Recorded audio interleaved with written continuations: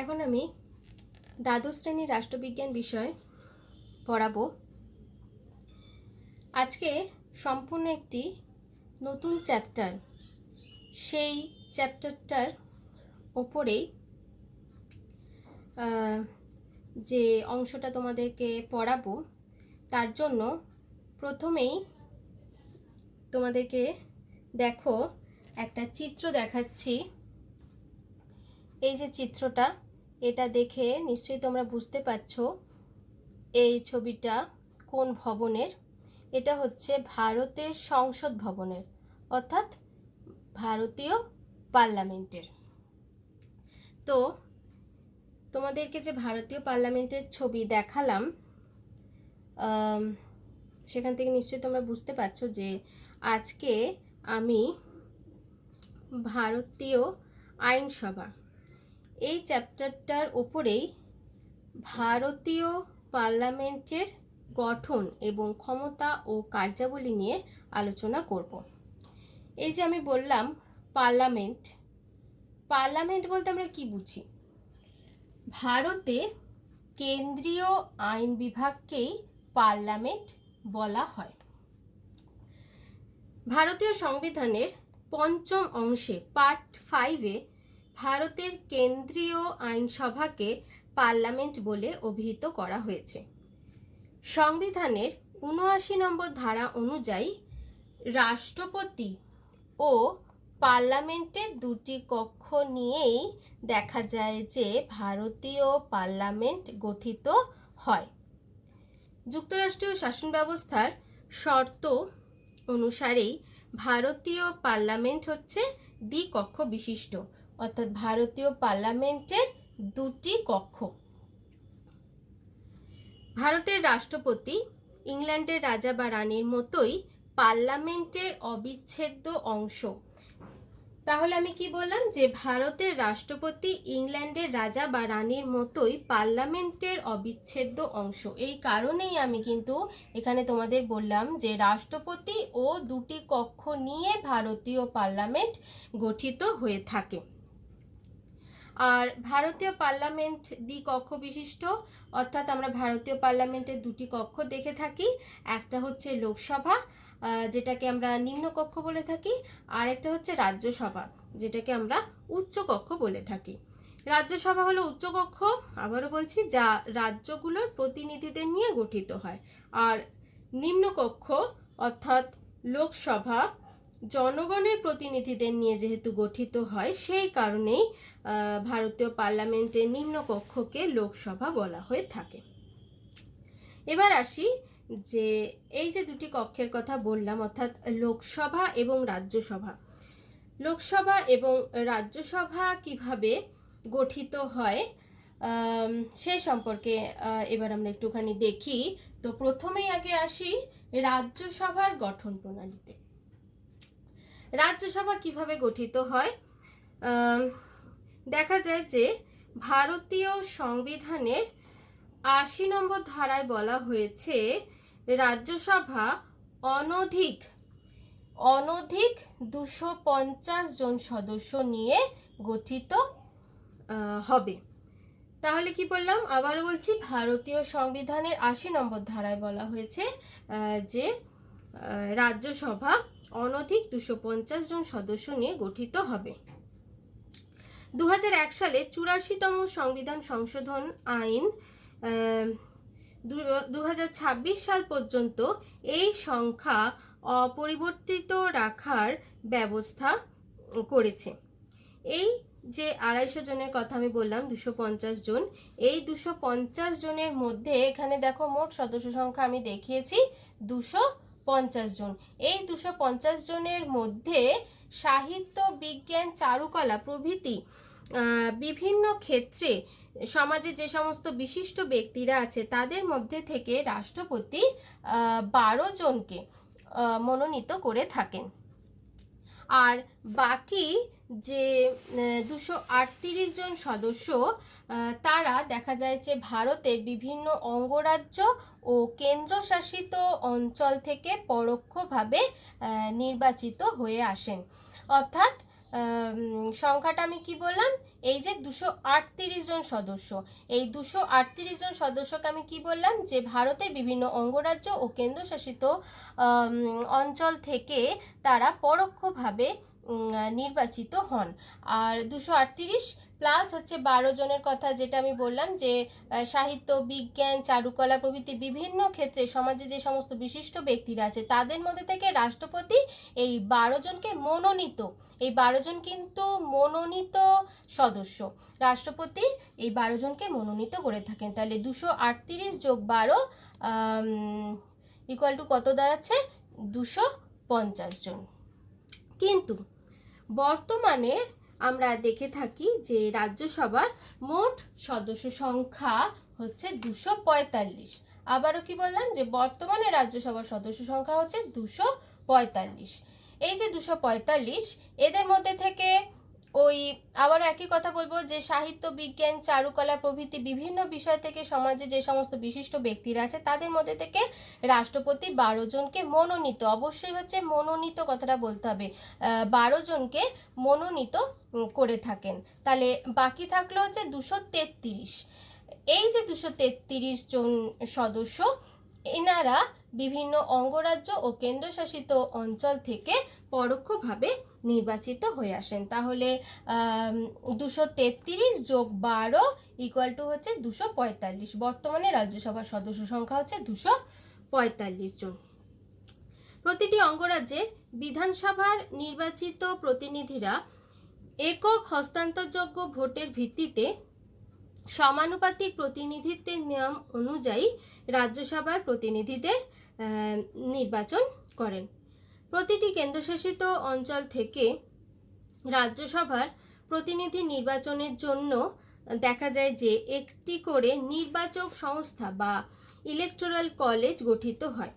এই নির্বাচক সংস্থার সদস্যরা একক হস্তান্তরযোগ্য ভোটের ভিত্তিতে সমানুপাতিক প্রতিনিধিত্বের নিয়ম অনুযায়ী রাজ্যসভার প্রতিনিধিদের নির্বাচিত করে থাকেন। রাজ্যসভার সদস্যরা 6 বছরের জন্য নির্বাচিত হন এবং দেখা যায় যে প্রতি 2 বছর অন্তর 1/3 মেম্বার, 1/3 সদস্যকে অবসর গ্রহণ করতে হয় এবং ওই একই সংখ্যক নতুন বা পুনর্নির্বাচিত সদস্য তাদের জায়গায় স্থলাভিষিক্ত হন। কেননা যেহেতু আমি বললাম যে যেটা আমরা বলে থাকি যে রাজ্যসভা হচ্ছে একটি স্থায়ী কক্ষ, সেই কারণেই দেখা যায় যে প্রতি 2 বছর অন্তর 1/3 সদস্যকে অবসর গ্রহণ করতে হয় এবং ওই একই সংখ্যক নতুন বা পুনর্নির্বাচিত সদস্য তাদের জায়গায় স্থলাভিষিক্ত হন। এবার আসছি রাজ্যসভার যারা সদস্য পদ লাভ করেন সেই সমস্ত সদস্যদের বা সেই সমস্ত প্রার্থীদের কি কি যোগ্যতা থাকতে হয়। রাজ্যসভার সদস্য হতে গেলে প্রার্থীকে অবশ্যই ভারতীয় নাগরিক হতে হবে এবং অন্তত 30 বছর বয়স্ক হতে হবে। পার্লামেন্ট কর্তৃক নির্বাচিত অন্যান্য যোগ্যতা থাকতে হবে। আর আমরা যেটা দেখে থাকি যে পদাধিকার বলে ভারতের উপরাষ্ট্রপতি হলেন রাজ্যসভার সভাপতি এবং তার অনুপস্থিতিতে দায়িত্ব পালনের জন্য একজন সহ সভাপতি থেকে থাকেন। অর্থাৎ যেটা আমি বললাম যে ভারতের উপরাষ্ট্রপতি তিনি হলেন রাজ্যসভার সভাপতি এবং তার অনুপস্থিতিতে দায়িত্ব পালনের জন্য একজন সহ সভাপতি থাকেন। এবার আসছি লোকসভা অর্থাৎ পার্লামেন্টের নিম্নকক্ষ। এই লোকসভা যেটাকে বলা হয় জনপ্রতিনিধি সভা, এই লোকসভা কিভাবে গঠিত হয়।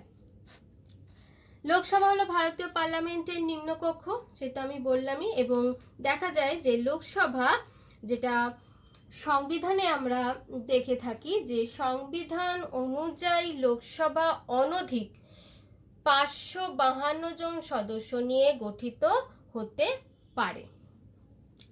এই যে 552 জন সদস্যের কথা বললাম, এর মধ্যে দেখা যায় যে অঙ্গরাজ্য সমূহের নির্বাচিত প্রতিনিধির সংখ্যা 530, কেন্দ্রশাসিত অঞ্চলগুলির নির্বাচিত প্রতিনিধিবৃন্দ হচ্ছে 20, আর রাষ্ট্রপতি কর্তৃক মনোনীত ইঙ্গ ভারতীয় সদস্যবৃন্দ, রাষ্ট্রপতি যদি মনে করেন যে ইঙ্গ ভারতীয় সদস্যদের মধ্যে থেকে কোনো সদস্য নেই, সেক্ষেত্রে রাষ্ট্রপতি দুজন ইঙ্গ ভারতীয় সদস্যকে মনোনীত করে থাকেন। তাহলে যেটা আমি বললাম যে অঙ্গরাজ্য সমূহের নির্বাচিত প্রতিনিধির সংখ্যা 530, আর হচ্ছে কেন্দ্রশাসিত অঞ্চলগুলির প্রতিনিধির সংখ্যা 20, তাহলে কত হচ্ছে 530 যোগ 20, তার মানে হচ্ছে 550, আর তার সাথে সাথে রাষ্ট্রপতি দ্বারা দুজন ইঙ্গ ভারতীয় সদস্য যারা রাষ্ট্রপতি দ্বারা মনোনীত হয়ে থাকেন, এই দুজন নিয়ে মোট সদস্য সংখ্যা হচ্ছে 552 জন। কিন্তু বর্তমানে দেখা যায় যে লোকসভার সদস্য সংখ্যা 545 জন।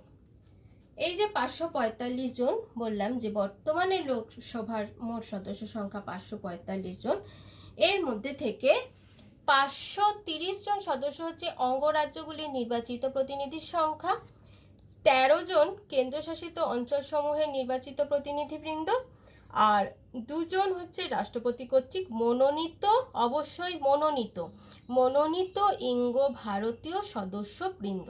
তাহলে এখানে 530 যোগ 13 যোগ 2, তাহলে মোট সদস্য সংখ্যা দাঁড়াচ্ছে 545 জন।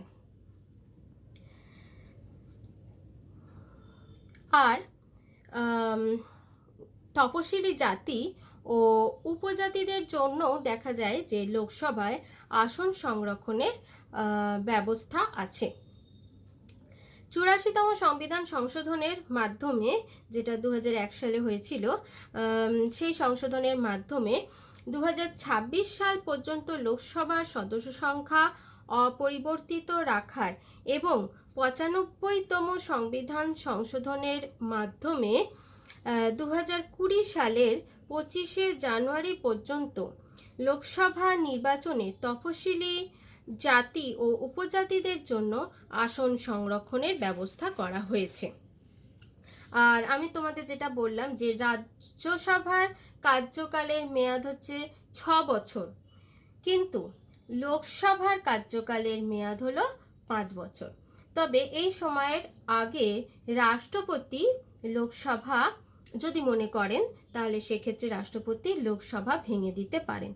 লোকসভার প্রথম অধিবেশনে সদস্যরা নিজেদের মধ্যে থেকে একজনকে অধ্যক্ষ বা স্পিকার এবং অপর আরেকজনকে উপাধ্যক্ষ বা ডেপুটি স্পিকার নির্বাচন করে থাকেন। আর লোকসভার পদপ্রার্থী হতে গেলে প্রার্থীদের যে সমস্ত যোগ্যতাগুলি থাকতে হয় সেগুলো হলো, অবশ্যই তাকে ভারতীয় নাগরিক হতে হবে, অন্ততপক্ষে 25 বছর বয়স্ক হতে হবে, আর পার্লামেন্ট কর্তৃক নির্ধারিত অন্যান্য যোগ্যতার অধিকারী হতে হবে। এবার আসছি ক্ষমতা ও কার্যাবলী।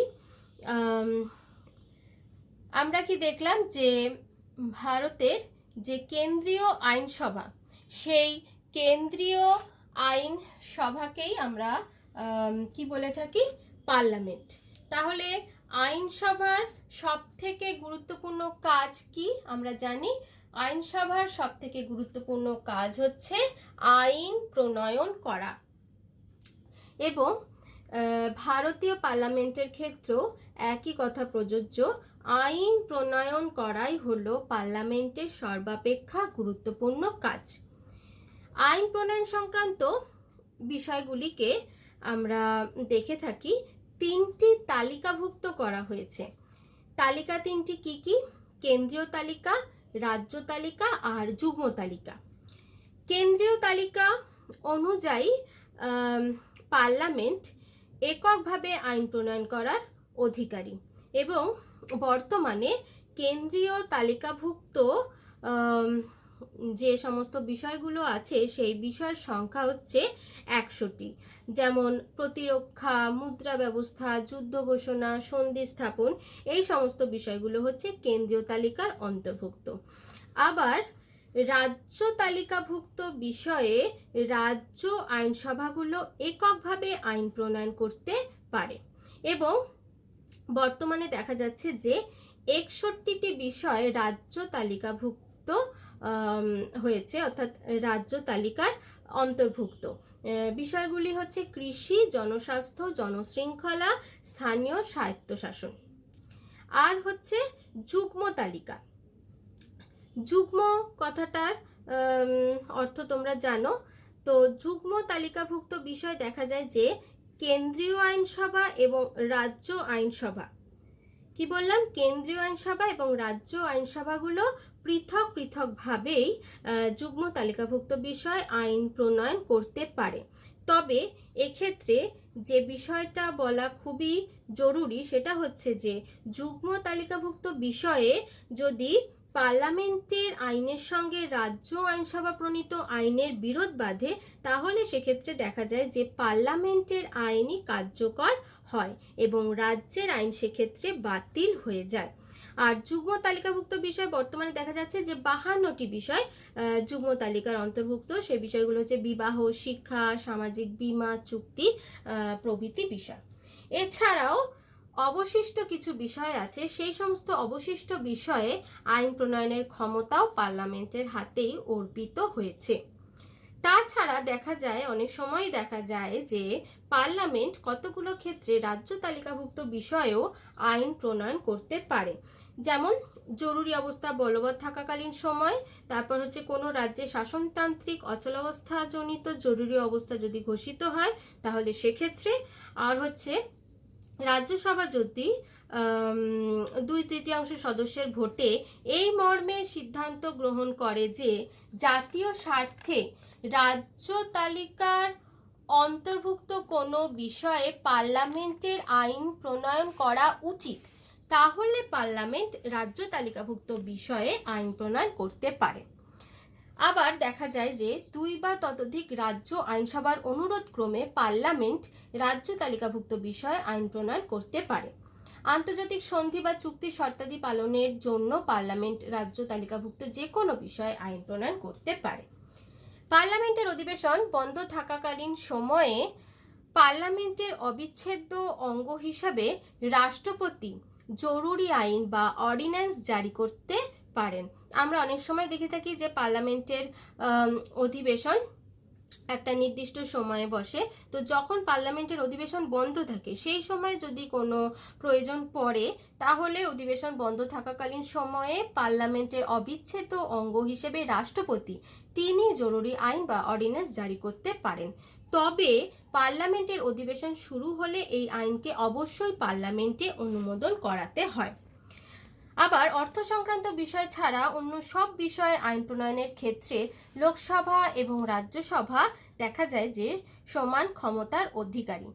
যে কোনো সরকারি বিল পার্লামেন্টের যে কোনো কক্ষে উত্থাপিত হতে পারে, কিন্তু দেখা যায় যে অর্থ বিল ছাড়া অন্য বিলে রাষ্ট্রপতির সম্মতি জ্ঞাপন করতে পারেন, আবার নাও পারেন। ইচ্ছা করলে তিনি বিলটি পুনর্বিবেচনার জন্য ফেরত পাঠাতে পারেন। তবে পার্লামেন্টের উভয় কক্ষ পুনর্বিবেচনার পর সংশ্লিষ্ট বিলটিকে রাষ্ট্রপতির কাছে যদি আবার দ্বিতীয়বার পাঠায় তাহলে সেক্ষেত্রে রাষ্ট্রপতি তাতে সম্মতি জানাতে বাধ্য থাকেন। পার্লামেন্টের আইন প্রণয়নের যে ক্ষমতা, তখন আমি তোমাদের যেটা বলছিলাম সেটা বাস্তবে দেখা যায় অনেকটাই তত্ত্বগত। কেন বললাম এই কথা? কেননা দেখা যাচ্ছে যে কার্যক্ষেত্রে বর্তমানে মন্ত্রীরাই আইন প্রণয়নের ক্ষেত্রে উদ্যোগী ভূমিকা গ্রহণ করে থাকে। বর্তমানে অধিকাংশ আইনের যে খসড়া, সেই খসড়া প্রস্তাব মন্ত্রীরাই পার্লামেন্টে উত্থাপন করে থাকেন। এবার পরের কার্যাবলীতে আসছি, শাসন বিভাগ গঠন সংক্রান্ত ক্ষমতা। সংসদীয় শাসন ব্যবস্থায় বা পার্লামেন্টীয় শাসন ব্যবস্থায় লোকসভার সংখ্যাগরিষ্ঠ দলের নেতারাই মন্ত্রিসভা গঠন করে। অর্থাৎ যেটা আমরা দেখে থাকি যে দল সংখ্যাগরিষ্ঠতা অর্জন করে, লোকসভায় যে দল সংখ্যাগরিষ্ঠতা অর্জন করে, সেই দলের যারা নেতৃস্থানীয় যে সমস্ত ব্যক্তিরা আছে তারাই মন্ত্রিসভা গঠন করে থাকেন। সংখ্যাগরিষ্ঠ দলের সদস্যদের মধ্যে থেকে প্রধানমন্ত্রী ও মন্ত্রিসভার অন্যান্য সদস্যরা নিযুক্ত হয়ে থাকেন, যেটা আমি বললাম। রাষ্ট্রপতি লোকসভার সংখ্যাগরিষ্ঠ দলের নেতাকে প্রধানমন্ত্রী হিসেবে নিযুক্ত করে থাকেন। তারপর প্রধানমন্ত্রীর পরামর্শক্রমে আমরা দেখে থাকি যে মন্ত্রিসভা যে সমস্ত অন্যান্য সদস্যরা আছে সেই অন্যান্য সদস্যদের রাষ্ট্রপতি অবশ্যই প্রধানমন্ত্রীর পরামর্শক্রমে সেই সমস্ত সদস্যদের নিযুক্ত করে থাকেন। প্রধানমন্ত্রীকে যে কোনো দেখা যায়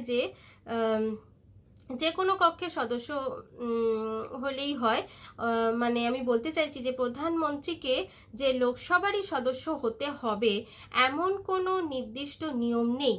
আবার অনেক সময় এটাও দেখা যায় যে পার্লামেন্টের সদস্য নন এমন কোনো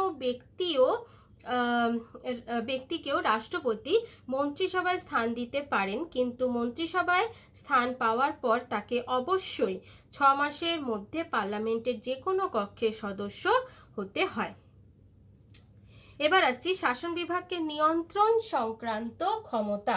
শাসন বিভাগকে নিয়ন্ত্রণ সংক্রান্ত ক্ষমতা অর্থাৎ পার্লামেন্ট শাসন বিভাগকে দেখা যায় যে নিয়ন্ত্রণ করে থাকে। সরকারি নীতি ও কার্যকলাপের জন্য মন্ত্রীগণ সবসময় দেখা যায় পার্লামেন্টের কাছে এবং বিশেষ করে পার্লামেন্টের যে নিম্নকক্ষ অর্থাৎ লোকসভার কাছে দায়িত্বশীল থাকেন। আর এই দায়িত্বের প্রকৃতি হলো ব্যক্তিগত ও যৌথ। মন্ত্রিসভার কার্যকাল পার্লামেন্টের সংখ্যাগরিষ্ঠ সদস্যের সমর্থনের ওপর নির্ভরশীল। সংবিধান অনুসারে দেখা যায় যে মন্ত্রিসভা লোকসভার কাছে যৌথভাবে দায়িত্বশীল থাকে। এই কারণেই এই ধরনের শাসন ব্যবস্থাকে অর্থাৎ এই পার্লামেন্টীয় শাসন ব্যবস্থাকে বলা হয় যে যৌথ দায়িত্বশীলতা। কেননা যেটা আমি বললাম যে সংবিধান অনুসারে দেখা যায় যে মন্ত্রিসভা লোকসভার কাছে, পার্লামেন্টের নিম্নকক্ষ লোকসভার কাছে যৌথভাবে দায়িত্বশীল থাকে। যদি তোমাদের অনেক সময় এইভাবে আসে যে দায়িত্বশীলতার প্রকৃতি কীরূপ, দায়িত্বশীলতার প্রকৃতি হচ্ছে যৌথ, অর্থাৎ মন্ত্রিসভা যৌথভাবে দায়িত্বশীল থাকে এবং লোকসভার অধিকাংশ সদস্যের সমর্থন বা আস্থা যদি মন্ত্রিসভা হারায় তাহলে সেক্ষেত্রে দেখা যায় যে মন্ত্রিসভাকে পদচ্যুত হতে হয়। তাছাড়া পার্লামেন্টের সদস্যগণ তারা প্রশ্ন জিজ্ঞাসা, তারপর হচ্ছে বিতর্ক, মুলতবি প্রস্তাব, নিন্দাসূচক প্রস্তাব, দৃষ্টি আকর্ষণী প্রস্তাব, অনাস্থা প্রস্তাব, বাজেট আলোচনা প্রভৃতি বিভিন্ন উপায়েই দেখা যায় যে মন্ত্রীদের নিয়ন্ত্রণ করতে পারেন। তাছাড়া সরকারি প্রতিশ্রুতি কমিটি, সরকারি হিসাব পরীক্ষা কমিটি, আনুমানিক ব্যয় পরীক্ষা কমিটি প্রভৃতির রিপোর্টের বিতর্ক অনুষ্ঠানের মাধ্যমেও পার্লামেন্ট মন্ত্রিসভাকে নিয়ন্ত্রণ করে থাকে। তবে মন্ত্রিসভাকে নিয়ন্ত্রণের ক্ষেত্রে পার্লামেন্টের এই যে ক্ষমতা, এই ক্ষমতাকে অনেকটাই বলা হয় যে তত্ত্বগত, কেননা দলীয় সংখ্যাগরিষ্ঠতার ভিত্তিতেই মন্ত্রিসভা গঠিত হয়ে থাকে। কেননা আমরা যেটা দেখে থাকি যে সংখ্যাগরিষ্ঠ দলের নেতৃস্থানীয় ব্যক্তিগণ তারাই মন্ত্রিসভা গঠন করে থাকেন।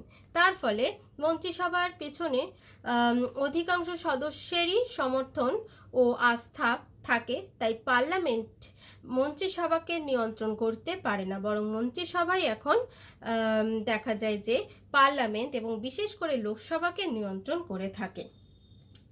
পরের ক্ষমতায় আসছি অর্থ সংক্রান্ত ক্ষমতা। অর্থ সংক্রান্ত বিষয়ে লোকসভার একক প্রাধান্য প্রতিষ্ঠিত হয়েছে। কেননা আমরা দেখে থাকি যে যে কোনো অর্থ বিল কেবল লোকসভাতেই উত্থাপিত হয়ে থাকে। আবার দেখা যায় যে কোনো বিল অর্থ বিল কি না তা নিয়ে যদি কোনো মতবিরোধ দেখা যায়, তাহলে সেক্ষেত্রে চূড়ান্ত সিদ্ধান্ত গ্রহণ করেন লোকসভার স্পিকার।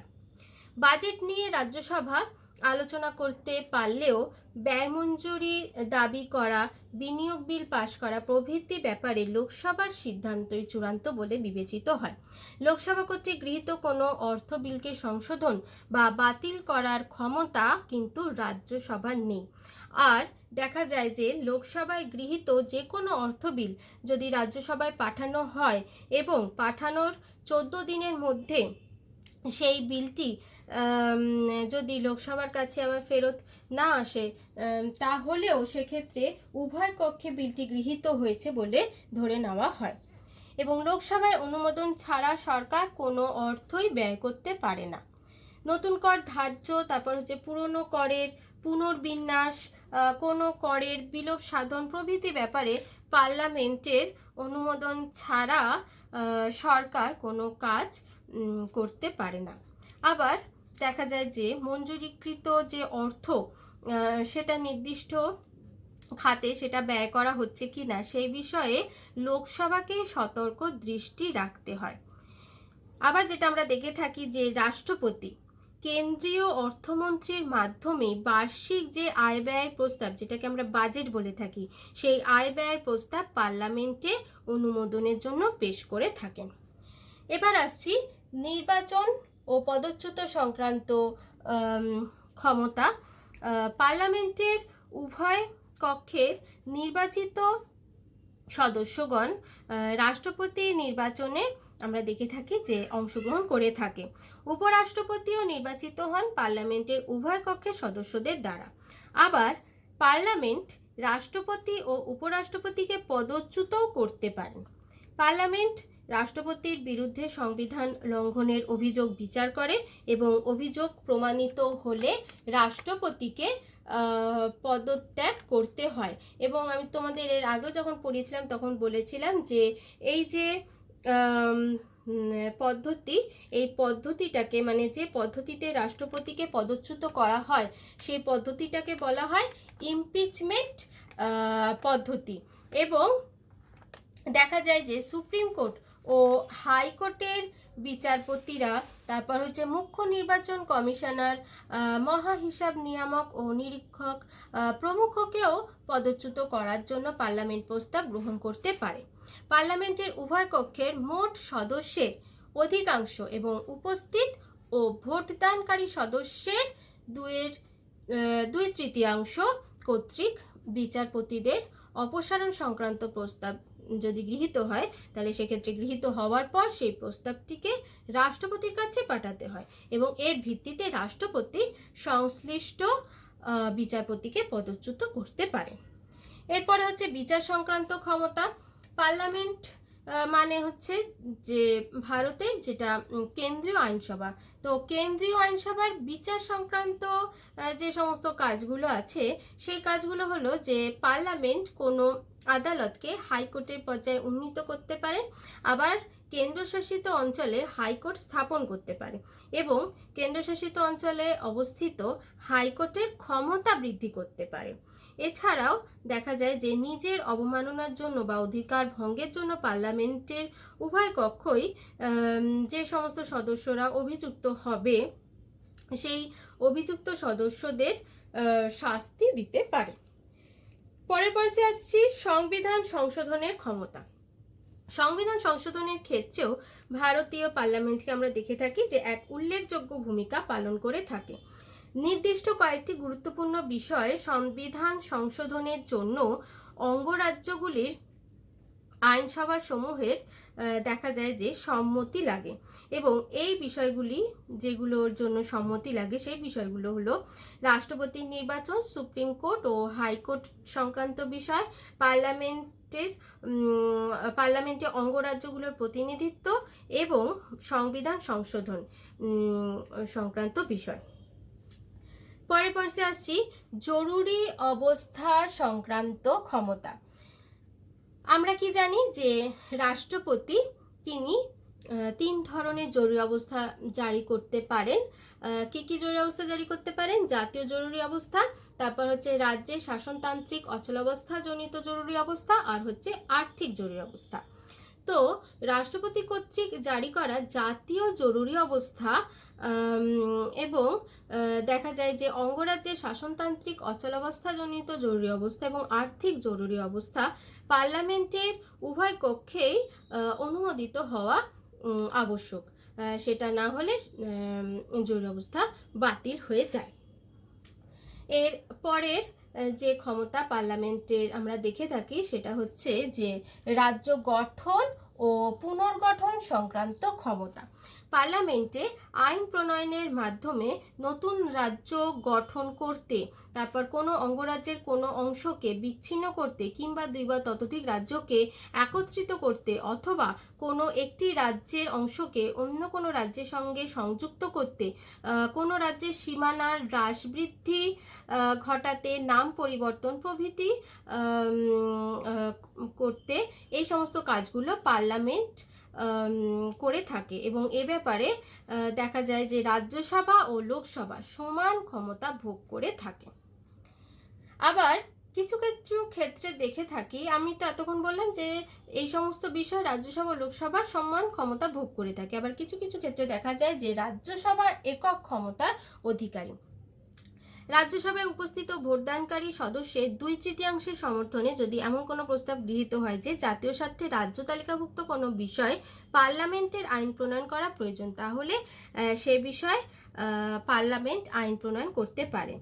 তারপরে আবার এর আগেও আমি একই বললাম কথা যে উপস্থিত ভোটদানকারী সদস্যের অন্তত 2/3 সংখ্যাগরিষ্ঠতায় রাজ্যসভা যদি প্রস্তাব গ্রহণ করে যে জাতীয় স্বার্থে আইন প্রণয়নের মাধ্যমে পার্লামেন্ট দ্বারা এক বা একাধিক সর্বভারতীয় কৃত্য গঠন করা প্রয়োজন, তাহলে সেক্ষেত্রে পার্লামেন্ট তা করতে পারে। এবং সবশেষে যেটা আমি বলবো যে উপরাষ্ট্রপতির পদচ্যুতি সংক্রান্ত যে প্রস্তাব সেটা